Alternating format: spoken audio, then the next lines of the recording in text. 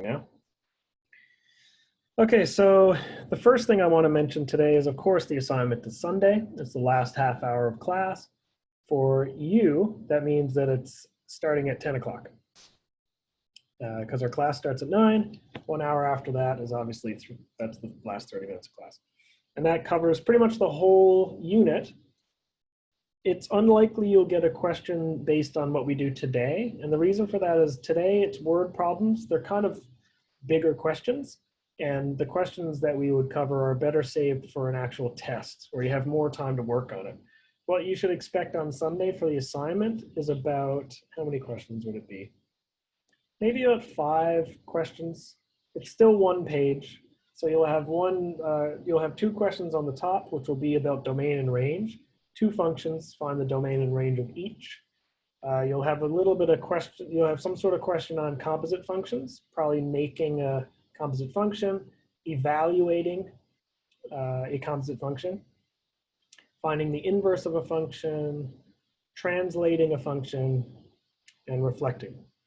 That's pretty much it. That's pretty much everything we've done if you actually think about what we've been doing. So yeah, just a little hint as to what to expect. If you need extra practice, there's tons of practice in the D2L shell. There should be no lack of practice. And if anything, you should have more practice than you know what to do with, right? Any of the questions I've done in this course that we haven't done in class, that is your practice. None of them are too difficult to do except for the ones that I maybe have noted to skip, all right? So that's it for the assignment. I also want to mention that there is a summary at the end of my notes. So if you notice my handwritten notes, for units 1 and 2 especially, this being unit 2, at the end of the notes, the very end, when I finished writing up my notes, I wrote down everything that could come to mind that I thought would be important to remember, all in one place. And so if you have the PDF, obviously this is more useful, but you can obviously look at the video. And I'll just quickly summarize all the topics we've hit so far. Functions, independent and dependent. 3 forms of functions. They can come in equations, table of values, or graphs. You isolate the variable to get the equation. If it's a function, it needs to be 1-to-1. You can do the vertical line test to check that. You shouldn't have 2 different y values for 1 x value. And that's what all that is about. Evaluating functions, putting x in and seeing what you get out. You can do that for composite functions as well. Reading a point from a graph, knowing if I give an x, how to get the y. If I ask for a y, how to get back the x. Graphing things using a table of values or Desmos. Mostly Desmos would be what I recommend. Verifying graphs, so choosing 3 special points and making sure it matches the equation that you've been given. Domain and range, hugely important topic. How do you know what all the x values are and what all the y values are, or how do you tell someone what all the working x values or y values are? And you know that because you have to ignore anything that would divide by 0, and you have to remove anything that would give you a square root of a negative number. Composite functions, putting one function into another. To evaluate them, you can get the function first, then evaluate. Or there is a shortcut, which you will find out if you watch Tom's video. That would be a good thing to remember for the assignment. Wink, wink. Inverse of a function, switch x and y and solve for y, then replace y with the inverse. Horizontal line test checks to see if an inverse is possible for a function. If it crosses at only 1 point, an inverse exists. Sometimes we need to constrain the x values, or we need to change the function a little bit to get the domain and range, which we did yesterday. Checking the inverse by graphing, all you need to see is that it would be reflected about the line y equals x. That would mean that it has, that's the inverse. Reflections, if you reflect about the x-axis, you change the y. If you reflect about the y-axis, you change the x's. If you reflect about the origin, it's as if you've rotated it by 180 degrees. Symmetry is the same idea, except when you do those changes, changing x to negative x, changing y to negative y, or both, you get back the same function. If it gives you the same function back, it's symmetric about that axis. Even and odd, you just put in a negative x. When it pops out your function, if it's the same function, it's even. If you put in a negative x and it pops out a negative version, so all the signs are changed, it's an odd. And if you put in negative x and it doesn't give you either of those cases, it's not even or odd. Translations, the key idea is that if you shift up, you have to subtract from y. If you shift right, you have to subtract from x, and of course, vice versa. And finally, word problems, which we'll do today. So before I get into word problems, I want to just quickly review translations, and then we'll do the last topic, which is word problems, which many students find tricky, but you'll find that it gets easier the more examples I do, and by the end of it, I think you'll be okay. In fact, I know you'll be okay. So let's jump up here. I want to go to where we left off yesterday. Sorry, I can't jump around very easily in OneNote. It's just the way it is. And I'm going to go to page 40, the top of page 40, okay? That's what we're looking at here.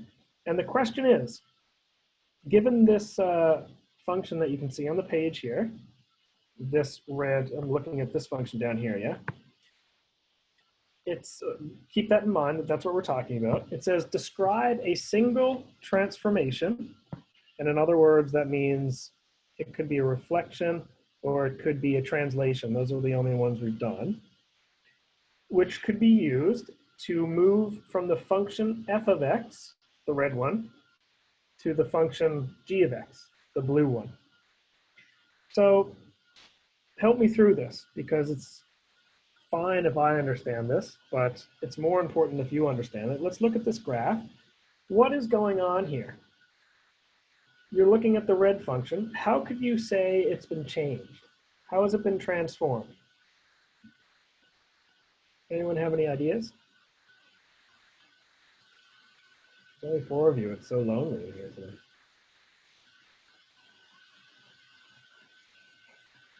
Anybody out there?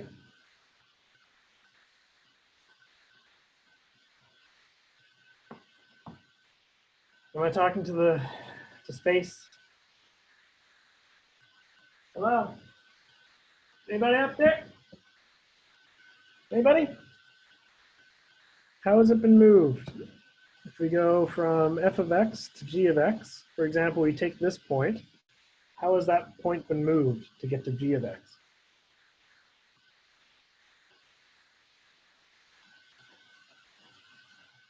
Has it been moved up or down?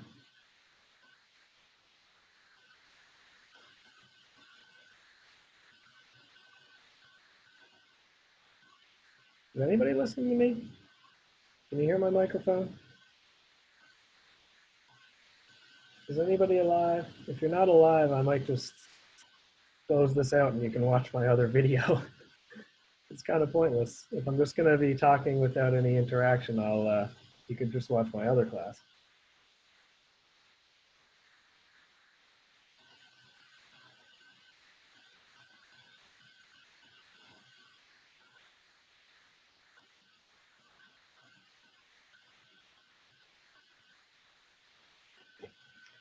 Okay. So what I'm getting at is this is translated. So in order to get from f of x to g of x, we need to translate this. We need to move it. Specifically, we need to move it by a certain amount. So let's try to figure out what happened here. We know it's been shifted left. It's been moved to the left. Or in other words, it's been translated to the left.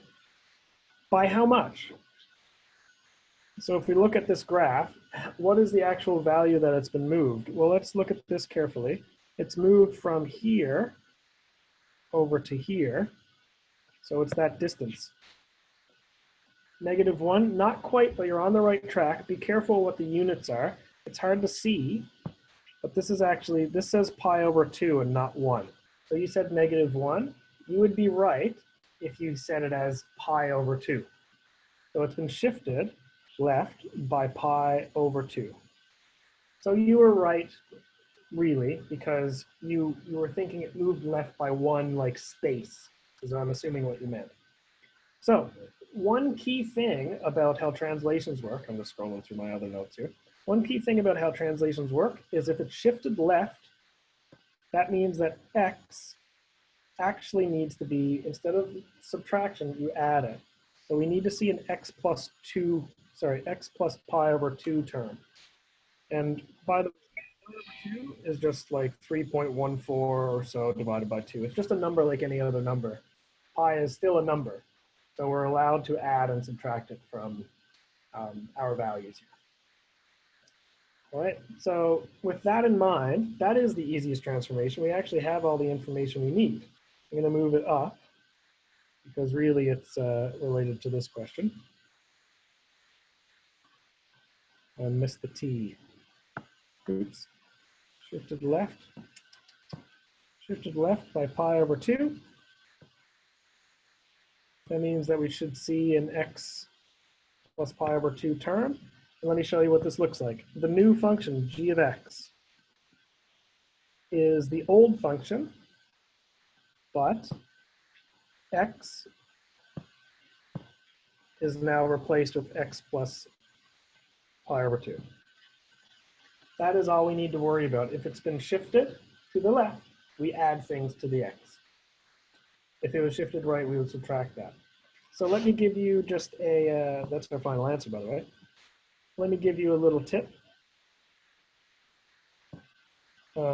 If we move left, what that means is that we add 2x. If we move right, it would mean that we subtract. All right? It just means exactly what I said. If it's been moved left, we add it. Same thing with up and down. If we were to shift this up, we would have to subtract from y. If we were to move it down, we would add it back up to y. So challenge, I will indeed leave that to you. I wouldn't ask that. Well, I wouldn't say I wouldn't ask it ever, but it would be a pretty tricky question. You can try that one on your own. I want to show you one more transformation question because I know what's on the assignment. I made it. Okay, 1 second. Ibrahim, you said had the question, why is it pi over 2? Let me show you the graph. We want to change from this graph to the blue one, yeah? That's the big idea here. We need to shift it in order to move it from, oops, in order to move it from this point to this point, and all of the other points follow the same rule, we need to move it by that distance. That distance is pi over 2, because if you look very closely here, it's a pi over 2, not a 1. It's a bad graph, it's a little bit too small, but we need to move it. In order to get back to 0, of course, we must be moving it by pi over 2. That's the distance that we've moved is pi over 2. Okay. So let's move to another question. Let's move up past page 40 and on to page 39. Tom did this question, but I want to do it for you so that we're crystal clear about how these questions are done, because not every student is great at these. All right, so first of all, this is our original function. What will the function be after a vertical translation, so an up and down translation of 3 units down, and a horizontal translation of 2 units to the left? First thing we need to get out of this is, what do these things mean? Well, 3 units down means that we're going to end up, let me write it down here. No, I'll write it over here. 3 units down means we're going to end up with a y plus 3, or an f of x plus 3. Remember, down means you kind of do the opposite. I know it's tricky to remember that, but as long as you remember it, you'll be okay. 2 units to the left, same idea. We should see a 2 and an x, because left is related to x's. Left and right is x stuff, but if it's left, we do the opposite, plus. And now we have our main pieces. I'll just remind you, f of x is the same as y. So let me show you how this comes together. Our function, when we transform it, we're going to have f of x, or we're going to add 3, and then 2. Anytime I see an x, I replace it with x plus 2. Because I've transformed it, I've translated it, I've moved it by 2. That'll shift it to the left, minus 1. Okay, I forgot the square, so let me put that back in. And now we just need to expand it, but most of the job is done here. So before I expand it, because expanding is not difficult, is there anything I can review as to where all of this stuff came from?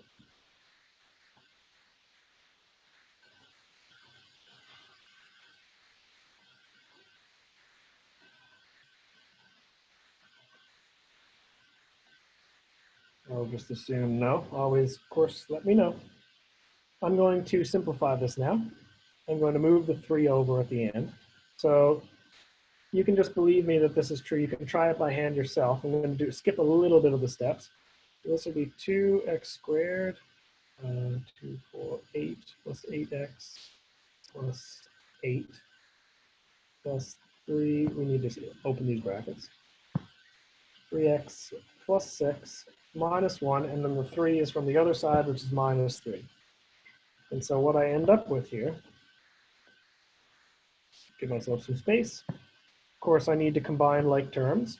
So I have a,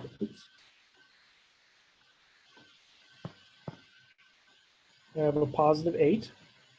I have a positive 3x. That'll come together to make a 11x. And then I have my constants.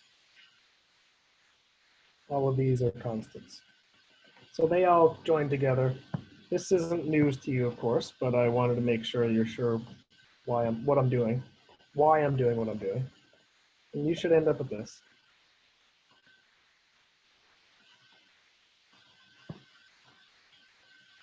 Final answer.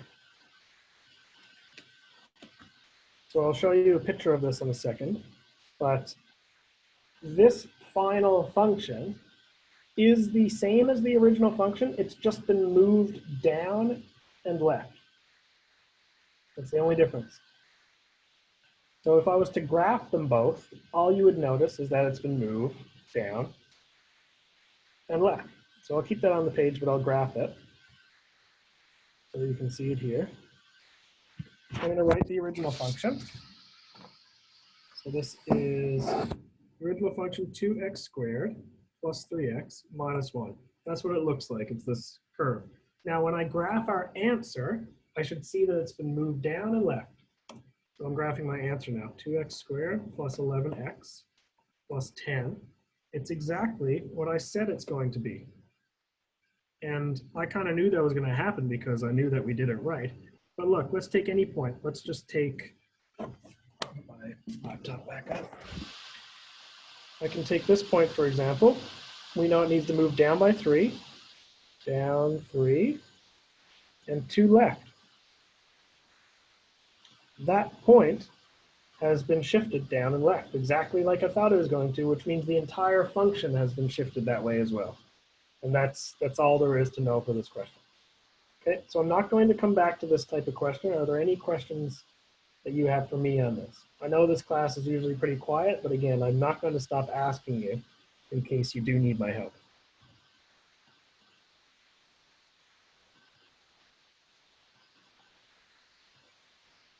I'll take it as a no.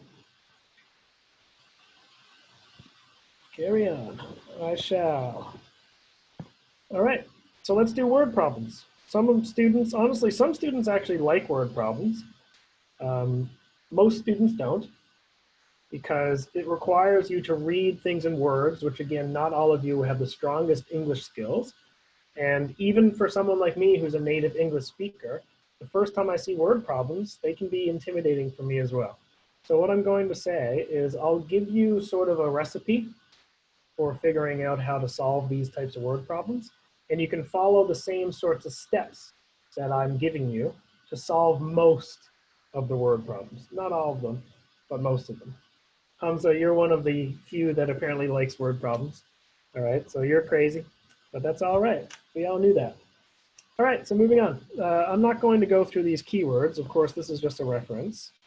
So you can use it as a reference if you want. But what I do want to cover is, of course, the basic formulas, which you should know anyways, but of course you can use them now because it's open book at all times. The area of shapes, rectangles, circles, triangles, the circumference of a circle if we need it, the volume of different shapes, and one thing that's missing that we'll need later is the perimeter. Can someone tell me what the perimeter of a rectangle is?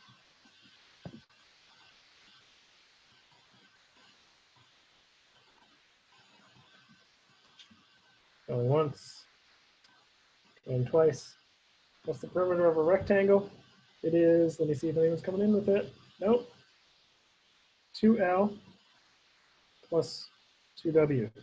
Some students, even though they've gotten this far, they don't know where that came from. Yeah, good job, Hamza.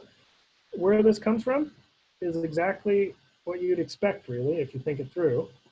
The length and length are the same for a rectangle, the width and the width. You add them all together, you get 2 L's and 2 widths. 2 lengths, 2 widths, they just add up. Twice length and twice width. Good job. All right, so we'll need that later. Just keep in the back of your head. Finally, rectangular prism. I'm pretty sure you all know what these are, but in case you don't, a rectangular prism is just another word for a box. So something like this, length, width, and height. A cylinder is like a can. Like if you had a Pepsi can or something like that, any kind of can. Usually we care about the radius as well. And then a triangular prism is like a rectangular prism, but with a triangular face instead of a rectangular face. Okay, that's all we're going for. So just in case you wanted to remind yourself what the shapes are, here you have it. Let's do some problems. Example 1, 2, and 3 were all done by Tom. I'm not going to repeat things that he did. It's a waste of time. But I will do this practice. I put challenge here. I'm going to erase it because I'm going to cover it now, but I don't know for sure if I would ask it on a test or assignment. But let's just cover it just in case. These are our basic translations to math from words. Let's read it through. Write each of the following statements as a function of x. So we need to be talking about a function of x. That means that x is going to be our number that we're talking about in these cases. All right, let's start with the first one. Given a number, double it, and add 7. So double it means to multiply it by 2. Add 7, of course, means to add 7. So you have a number, you multiply it by 2, and you add 7. What does that look like in math? It's 2x plus 7. And you can kind of play along if you want and get these, but I'm just going to kind of keep trucking because I don't want to waste too much time getting silence from you guys. I'm sure you still appreciate what I'm doing for you, even if you're not that talkative. And I appreciate that. I was not talkative as a kid, and I'm still not talkative as an adult, believe it or not. Not outside of class. So x squared minus 9. Let's see if you're right. The next one, square the given number. So we need to do power of 2 and reduce it by 9. So minus 9. So that's square a number minus 9. Perfect. You're 1 for 1 as far as I can see so far. Let's do the third one. Tricky. X divided by x minus 5. Yeah, let's see. Divide the given number by what? 5 less than itself. Okay. You're going to take the number and divide it by 5 less than what the number is. That's x minus 5 on bottom. So Hamza, you're 2 for 2. Let's see if you can keep up the streak. 9 less than 3/4 of the given number. So we're going to take 9 away from 3/4 of x. So that should be 3 over 4x minus 9. 3 for 3. But can you continue the streak? The product of what? The cube root of the given number and 18 is tripled. Well, there's actually, there's 2 ways to answer this question. Let's see. The product of the cube root of the given number and 18 is tripled. So this is a challenge. This one's definitely a challenge question because there's 2 ways to answer it. The cube root of the given number, the product of that and 18 is multiplied by 3, or some version of that. You can move the 18 in the front, you can move 3 in the front, but it's the same idea. Okay? And I've done this before, just trying to remember how to solve it, yeah. It's okay, we're not gonna, these are not the word problems we're gonna focus our most time on. I just wanted to start Easy. Start something simple before we get into multi-step questions.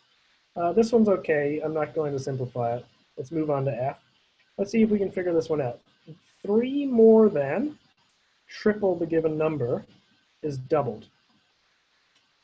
Let's be careful here. What are we being asked? 3 more than triple the given number is doubled. So we have 3 more than triple the given number. That's one idea. And we're going to double that. So I'm going to put brackets here. 3 more than triple the given number, and then we double that. What is it going to look like? Well, to me, I have triple the given number. I have 3 more than that, and then I'm doubling it. So this is my answer for this one. The answer for E is 54 cubed root of x. Well, yeah, I mean, if you simplify that, yeah.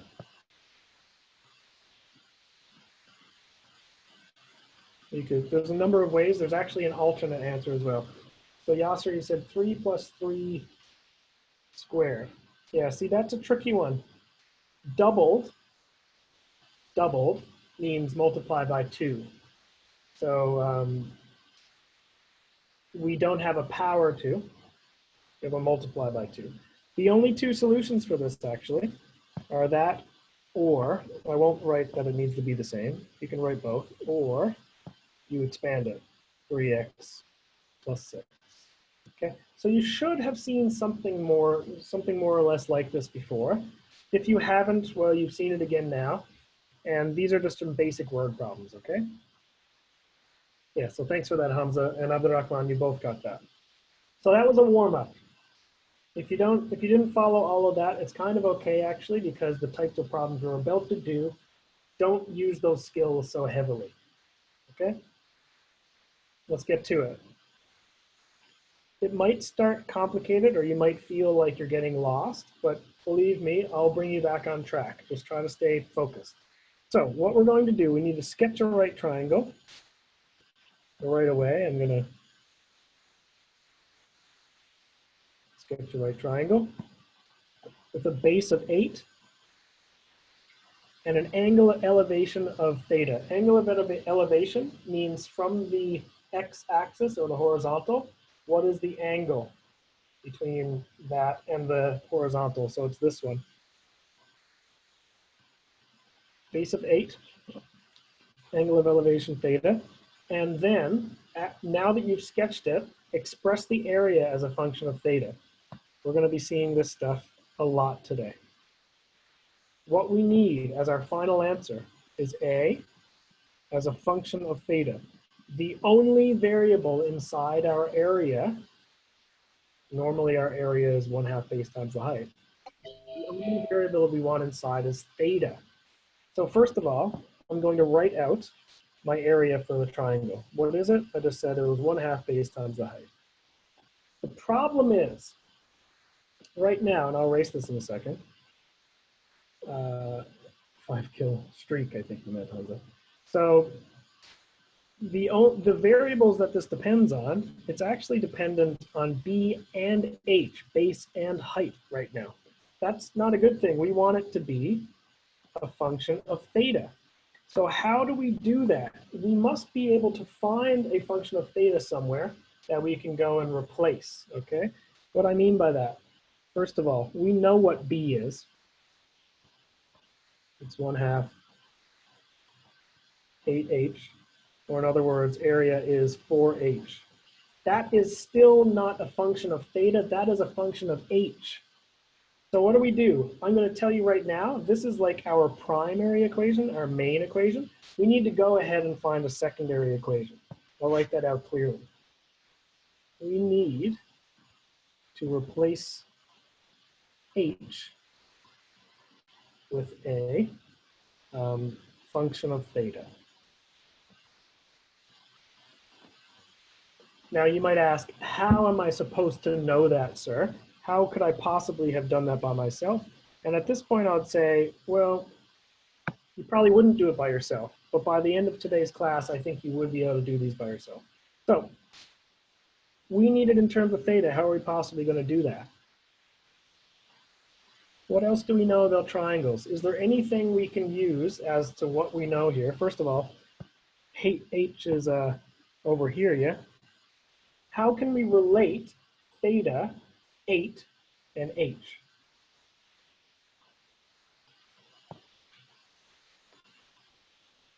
Anyone have any ideas? I wouldn't use Pythagoras because that relates sides. How do we relate angles to sides? We did it in Unit 1.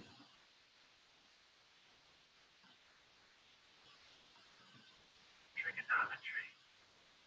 So we have sine of theta. Let me write this down. We can relate them these ways. Sine of theta relates the opposite side to the hypotenuse. Cosine of theta relates the adjacent side to the hypotenuse. And tan of theta relates the opposite side to the adjacent. Many of you might recognize this as SOHCAHTOA, but the important thing is you need to know which side's which. So first of all, from the angle, do we know anything about, I'm looking at this triangle here, what do we know? We know H and 8. So which one of these three are we going to use?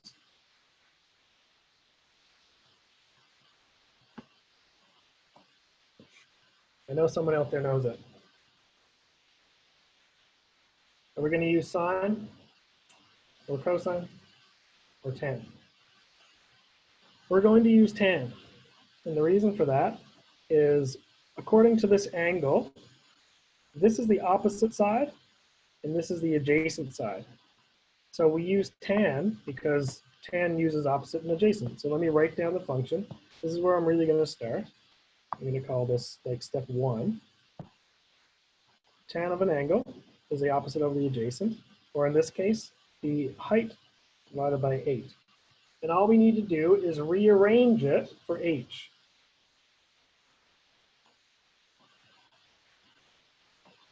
Eight tan theta. We'll make that red. I'm hoping you're following me. I can't tell if you are or not. It's very silent, but we found that H. Now that we have that, that's a function of theta. If we put the H back into the area equation, it'll delete the H or replace it with that function. It'll be a composite function which only has theta. So let me show you. Area now, not tan inverse, no. So the reason we don't want tan inverse is we're not actually solving for theta. We're trying to replace H. So let me try to, let me get this done, I'll recap.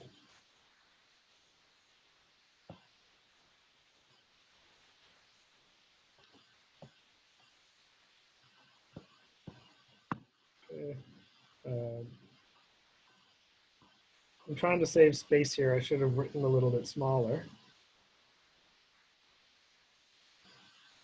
Sorry, my surfaces have been a little slow today, so if it feels like I'm going at a slower pace, that's why my surface is fighting me. So I simplify that. My final answer will be 32 tan theta. So I'll recap, and I'll answer your question along the way, Yasser. So, yeah, 32 tan theta. The thing was, the best way I can show this is by doing the replay, which is very useful. So in the beginning, I sketched the triangle. I knew I needed to get area, and so I wrote out the area formula. I knew that base was 8, and so I could put the 8 in. I simplified that, and that is area, but it's area as a function of height. We need it as a function of theta, which means we somehow need to replace the h with a function of theta. If we do that, then of course we'll get a function of theta for the whole thing. And so we go looking for a second equation. Trigonometry is what gives us the second equation. And look, I chose tan. And when you rearrange that, notice you're not using inverse tan because you're not looking for theta itself. You're looking for h. We're taking h so we can replace it in the area formula. If we solve for h, we can put the answer in for area, right? We got 8 tan theta. Notice how I put it in there, and we get our final answer. So that's what's going on here. This h gets replaced back in here. So this is kind of our story here. This is our secondary equation. All right, is that okay? Is that clear? Is there anything I can go back through? We're going to do a lot of these today.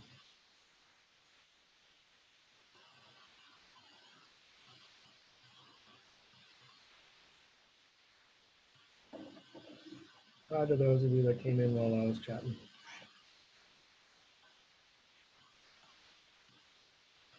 Okay, I'll take that. I'll write B here because I didn't actually write explicitly that B is 8. I'm going to move on. Please tell me if you need me to stop, okay? And recap. I'm going to erase the challenge because I'm going to do it with you. Let me try a question. Do you mean can you try a question or can I try another question?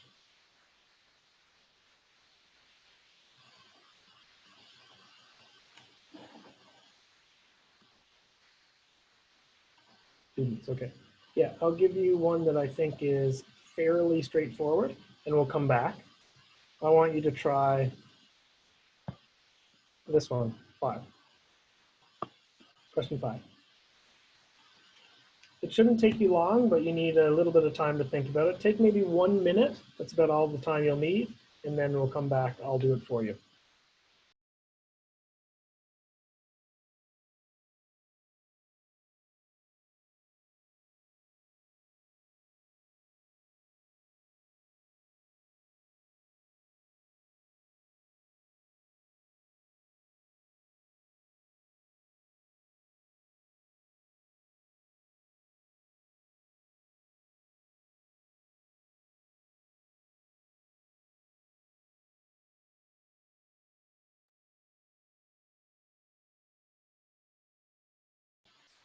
Sorry, question 5. I'm just sketching the beginning of it. I'm not going to give away the answer.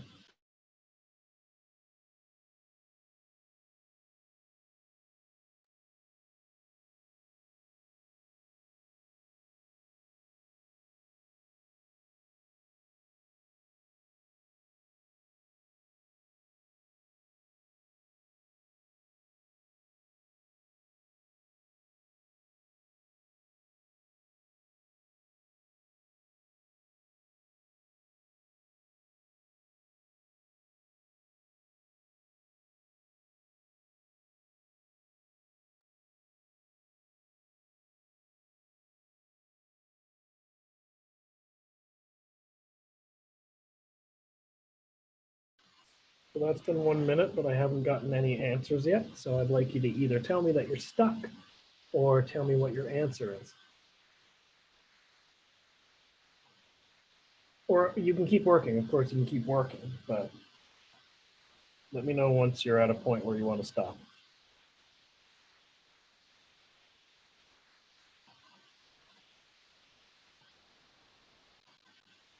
Okay, yes, we're stuck. It's okay. Pi 6 minus x all squared. Interesting answer. So let's allow me to go through my method and we'll see if you're right. We'll see if you're right. First of all, I'm going to set these up all the same way. You don't always need to do it the same way, but if we do it the same way, at least you'll have a structure for how to approach these. So for those of you that aren't so good at it, it'll give you a way to figure this out. So first things first, I know I need to define area, and so I'm going to write down the equation for area because that's definitely where I need to start. There's only one area for area equation for a circle, it's pi r squared. If you forget it, go back and look for it. Notice there's two circle formulas that students always mess up. One is circumference and one is area. How do you know which one's area? It's the one that has square units. That's the one that must be area. The other one is circumference. All right. So students tend to forget those, so be careful. Anyway, what was I talking about? Oh, the area. I need it as a function of x. Clearly, this is a function of r right now. So I need to go and use a secondary equation. It's telling me radius is reduced by x. So my formula for radius is what it currently is, 6 minus x. So Hamza is so far so good. That is a function of x. Let's go ahead and put that into our area. I'm going to replace the r. Pi, replace the r,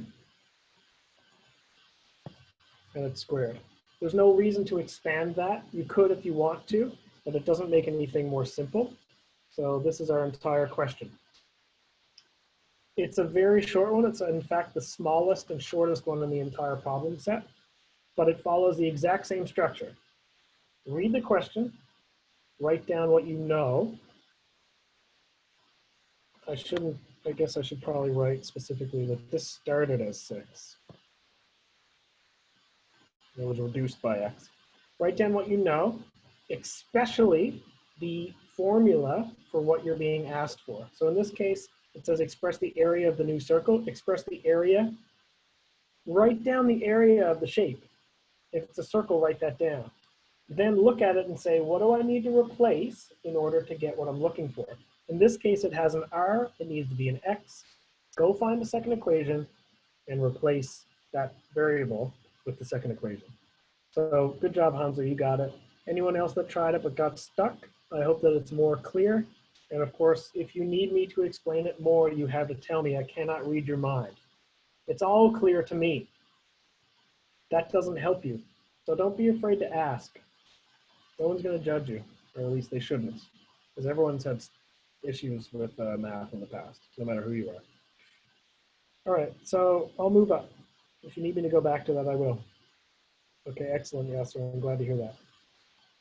Let's work on 3. A right cylinder. Remember what I said? As soon as you see a shape, you should make a little sketch. The reason you should sketch it is because it helps you keep track of any information you're given. Sometimes it helps, sometimes it doesn't, but it doesn't hurt to write it down. So in this question, we have a right cylinder. It has a volume of 2,000 centimeters cubed. So our volume is 2,000. In these problems, we don't need to write down the units. I will write down the units here just on the side. We don't actually need that because all the units in our question are going to be just in centimeters. So it's not going to affect the formula anyway. So what's our question? Express the area of material needed to make the cylinder as a function of the radius. I know that seems like a big thing, a big sentence, and it is, but we need to find, I'll look at that in a second, Hamza. We need to find area as a function of radius. That's our big question. That's what we need to find. Area of a cylinder is not usually given as a function of radius. Let me show you. This equation is not given on the previous form. I'll give it to you. The area of the cylinder is this.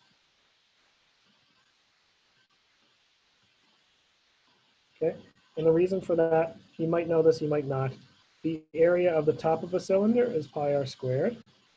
The area of the bottom of a cylinder is also pi r squared, so that's 2 pi r squared. And the area of the side of a cylinder is 2 pi r h. It's the circumference of the top times the height. Anyway, it's given. I gave it to you. That's where we started. That formula is not a function of radius only. That formula is a function of r and h. We only want it as a function of r. We have to somehow delete h. So we go over and replace h.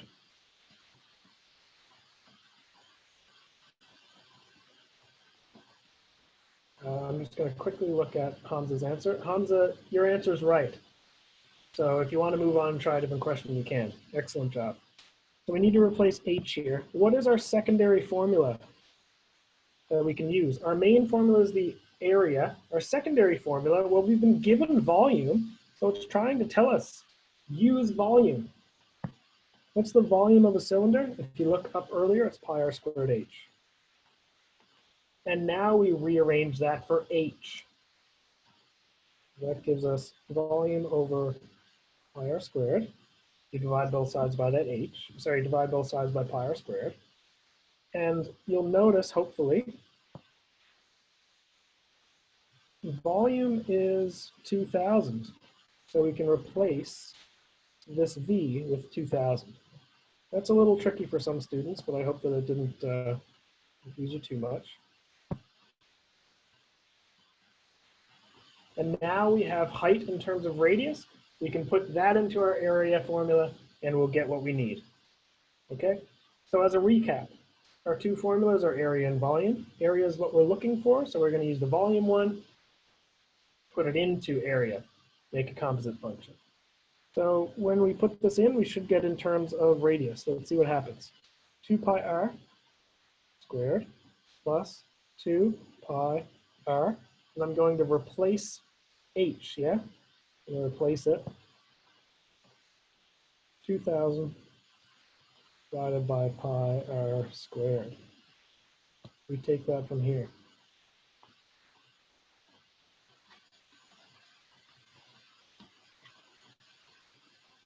Okay, simplify it. Most of it is already done. We just need to simplify now. So let's be careful. This can't be simplified. It'll be written as we see it.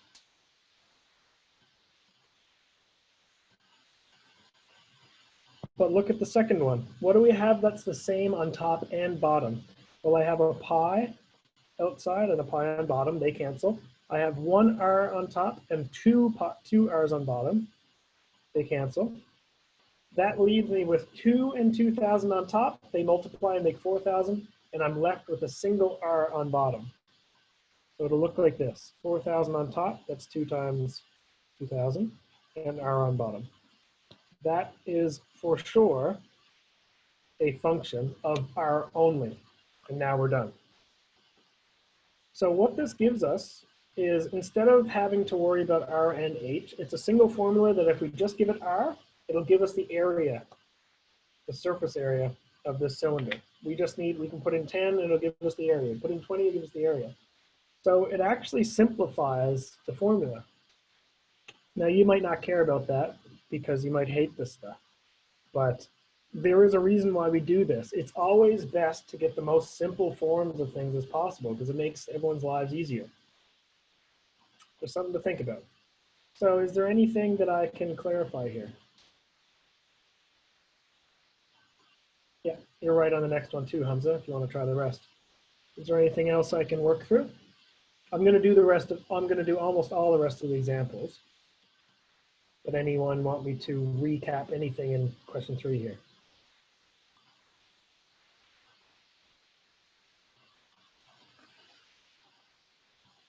I'll move on. So let's see. I've said this is similar to example 3, which it is. But you might not have seen example 3 yet. It's one of Mr. Tom's. So I'll do an example like it. The radius of a circle increases at a rate of 2 meters per second. So we know something about the radius. It's a circle, by the way, so I'm going to write the circle out. I know something about the radius. I'm not quite sure what yet, and I'll get to that in a second. Express the area of the circle as a function of time. So that's my answer. That's what I need to get in the end of this. A in terms of t, which is a really weird one. Provided the initial radius is 4. Okay, that's the other piece that I was looking for. The initial radius is 4. So what we're looking for, let's write down the area equation. What's the area of a circle? Please tell me pi r squared. That is in terms of radius, not time. It's a function of radius, not time. So let's go ahead and use our secondary formula. What's our radius? Well, if we read this very carefully, we know that it's getting bigger at a rate of 2 meters per second, and it starts at 4. Let me explain this. Radius starts at 4, and then it's plus 2t. Every single second, the radius increases by 2 meters per second, or by 2 meters. Let me show you. The radius in the beginning at time 0 is 4 plus 2 times 0, so of course the radius in the beginning is 4. The radius after 1 second, 4 plus 2 times 1, is 6. So after 1 second, it increased by 2 meters. That's what it means to increase by 2 meters per second. After 2 seconds, It's now 8, and then it would be 10, and then it would be 12, and then it would be 14. So our equation is definitely correct, and it's pretty easy to come up with. Whenever you have a rate like this, you just write the number for speed, so 2 in this case, and put a time component onto it so that it will take care of itself as a distance, okay? It comes from the fact that distance is speed times time, okay? Our speed is 2 here, and t is still general, but I didn't want to get into that too deep. So long story short, you'll notice, I certainly hope you'll notice, that this radius, again, I'm fighting this computer, this radius only depends on time. So put that in to our area equation. That's our second step. Our area will now be a function of time, which is all I want. Just replace r.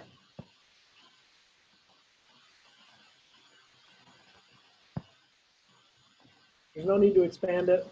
We're not going to make it any easier by making it bigger. So we'll keep it the way it is. There's no fractions to worry about. So this is finished. That's the whole answer.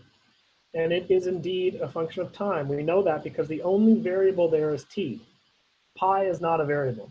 Pi is a constant. It's just a number. Okay, so that's how these questions are done. I'll do 2 more for you today, but hopefully this is becoming clear. We're doing the same steps every time. I've said it already and I'll say it again. I'll even look at the previous question. In both of these questions, I wrote out my main equation. I used a second equation that I had to put into the first equation. That canceled some things or made sure that it was in the form of the variable that I wanted it to be. So I hope this is making sense. You're at least seeing the patterns as to why I'm doing what I'm doing. Let's do a couple more and call it a day, shall we? Question 6. A rectangle. I hope you can draw a rectangle. Fancy. A rectangle has an area of 8 meters squared. So I'll just quickly write area is 8. If I need it later, I'll use it. If I don't need it, I won't use it. It has an area of 8 meters squared. Express the perimeter of the rectangle as a function of the width. So I'm looking for perimeter. Oops. I'm looking for perimeter where width is the only variable that the function has. It doesn't have an L. So first of all, let me just label this. Of course, this is a rectangle, so we have length and width here. Maybe we'll need that, maybe we won't. So what is our first equation? Someone told me it earlier. A couple of you told me what perimeter was. All right, Hamza, you're getting, it looks okay to me. Yeah, it looks okay. Perimeter is 2L plus 2W, or 2W plus 2L, same thing. That is a problem that has L in it. So we need to use another relationship to find L and stick it back in this so that L disappears. So what's our second formula we're going to use? What's our formula over here? Well, we were already given perimeter. How about we use our area? Because area was another piece given to us. So that's what I'm going to do. Area of a rectangle is length times width. If I rearrange that for the letter I want to get rid of, I will get L equals A divided by width. And you should realize that this is the same as what we did before. Notice I was given the fact that A is 8, just like I was given the fact that volume was 2,000 a couple questions ago. So I'll replace that here. Length is 8 over W. And now that I've got that, I can put it right back into the formula. So this is the process. I have this formula. I'm going to go ahead, work out this, and then I'll go back and put it in. It should give me the answer I'm looking for.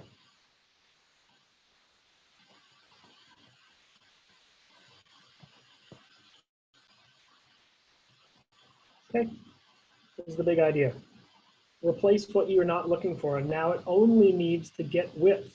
You put in any width you want, it'll give you the perimeter. Now this is a bit ugly though, so we need to work on it. We need to simplify, but this is basically done. I'll just put a little line to say we're pretty much done. Parameter as a function of width. Well, what's 2 times 8? 2 times 8 is 16. And the W stays on bottom. The 2W stays where it is. And now we're finished. We have a nice little answer here. We do not need to simplify this because there is a variable on bottom. If you try to make it common denominators and stuff like this, it's just going to get uglier. So it's okay the way it is. There's no negatives on bottom. There's no square roots on bottom. It looks okay. So this would be enough. This would be where we would stop. Okay, any questions on that?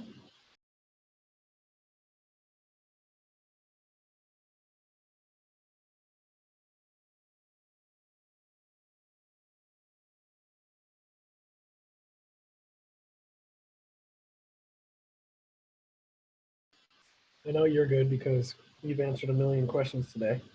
And that's great. There's absolutely nothing wrong with that. It's actually an excellent thing. I just am making sure that everyone else is okay as well, or at least some of you are okay. Some of you will need more time practicing, of course. Okay, well, in the absence of saying, yes, I need help, I'm going to do one last question. The questions 8 and 9 at the end of this, those are true challenge questions. These challenge questions I thought were harder than they were. That's why I wrote those first. But 8 and 9 are truly more challenging. I would not ask those questions on the test. If I did, I'd probably ask them as a bonus or something. But I'll do question 7. We'll do it together. And if there's no other questions on anything, if you don't want review of any kind, then we can finish for the day. Are you ready? Are we ready for this? Stretch my back. All right. All right, good. Good. Let's do this. Ahmed and Hind stand 4 meters apart. Ahmed holds a helium balloon, which he releases into the air. It rises vertically at a rate of 1.5 meters per second. We have to do 2 things. First, we have to express the height of the balloon as a function of time. I'm going to do that first. First of all, I need to think about what this situation looks like. And now, of course, I know what it's supposed to look like, so it seemed easy for me. But you should always take time to think about your questions. You have Ahmed and Hind, which are standing 4 meters apart. Ahmed, which we'll say is on this side, releases a helium balloon, and it rises. Okay? They're 4 meters apart, and it rises. So we have a height, and we have 4 meters. We're making a triangle. You can understand what I'm going for here. We need to draw a triangle to represent the situation because that's how these 3 things are related. So it looks kind of like this. Let me see if I can make it better.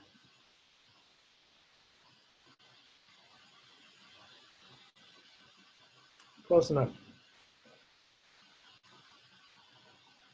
Okay, so I have the benefit of having software do it for me, but of course you can make a sketch like this yourself. So what did I say? I said that they are, first of all, I have Ahmed, and I have Hind.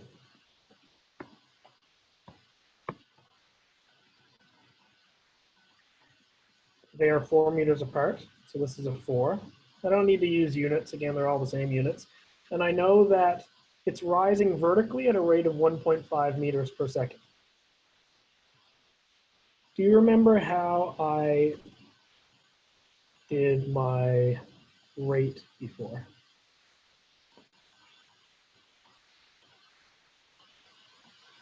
I'll just write this H here for now.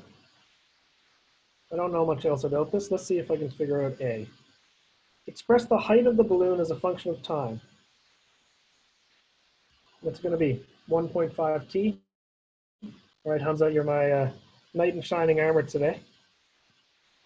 All you do is take the number in front, multiply it by t. It's just rate times time, okay? That's all you need to do to get these types of variables. If there's initial value, you just add it to that. So that's all we need to do for that. For B, express the exact distance between Hind and the balloon. the exact distance between the hind and the balloon as a function of time after the release of the balloon. This distance is going to be the hypotenuse. That's not a very good looking D there. Can you fix it? So remember, or notice, the balloon is up here, yeah? So we have this balloon here. It's of course floating upwards. It's always getting bigger and bigger and bigger into the air, or higher and higher and higher into the air, I should say. The distance between hind and the balloon is also increasing. So the distance between Ahmed and hind is not increasing, but the distance between hind and the balloon is of course getting bigger and bigger and bigger. So that D is changing, all right? It's going to be changing over time. So what we want is, what is that distance in terms of time? Every second, how big is it? Okay, think about what we've done so far. How do we get that distance? What relates what we've already been given? What's a possible formula that relates our distance, our height, and our space of 4? What relates the sides of a triangle? Ali, first time I heard from you today, I think. Nice to see you. Pythagoras. So the reason I use Pythagoras, of course, well, maybe not of course, but just I'll make it clear, is because we can relate the size of a triangle by this, just like we did in Unit 1. And that would be if the triangle looked like this, right? A basic triangle, where this is A, B, and C. Now, of course, our triangle doesn't look like, it doesn't have A, B, and C. It has 4, H, and D, but they're all exactly the same. That means the same thing. So let's just put those things in. So what it means is we can solve for D. D squared is A squared, or 4 squared, plus B squared, which is H squared. Well, we know what that is, so let's go one step further. That's 4 squared plus 1.5t squared. That's our 1.5t. I'll make it more obvious.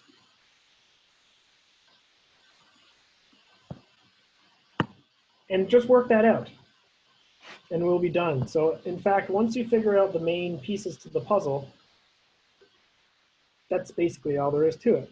So D is the square root of this, so 16 plus, and don't forget that squares get distributed to both of these terms. So that would be 1.5 squared is 2.25, which I saw you said, Hamza. Sorry, I'm getting tripped up with my colors here. I don't mean to annoy you. Squared and square root of all of this. And in fact, there is nothing else to do. There's nothing to pull out of this as a common factor. This is all done. So I'll just put it in a box, and we're finished. I guess I should have written one little tiny change. I'm missing an important little tidbit. Yeah, I'm tired for real too. This takes a lot of brain power, I'm not gonna lie. Okay, so now our distance as a function of time, that looks ugly. The distance as a function of time is given by this expression. We don't need to know height, we don't need to know 4, we don't need to know anything. You just tell me how many seconds have passed, and I can tell you how far away that balloon is. That's it. So finally, this is actually one of the only questions that might look like we didn't do the same thing as last time, but we really did. Because, look, this is actually our second equation, our primary equation that's looking for D. And up here, the height was our first equation. That was our, what I like to call secondary equation, or equation we used to replace something else. Now I'm tired. TBH. Is there anything I can review here in the entire unit before we finish for the day. I've got some review in my class videos for the other class, so feel free to look. I don't have more math classes today. No, I had my other class this morning at 9 o'clock.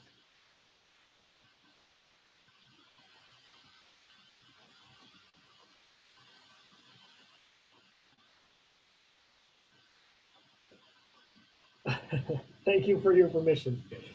Okay, guys, or is it just guys? It's just guys here today. I hope I didn't make the ladies angry somehow. Um, I should probably stop the video. Thanks for watching the video, everybody. If you want to do some review, watch the video from my other class. Same thing on the YouTube channel.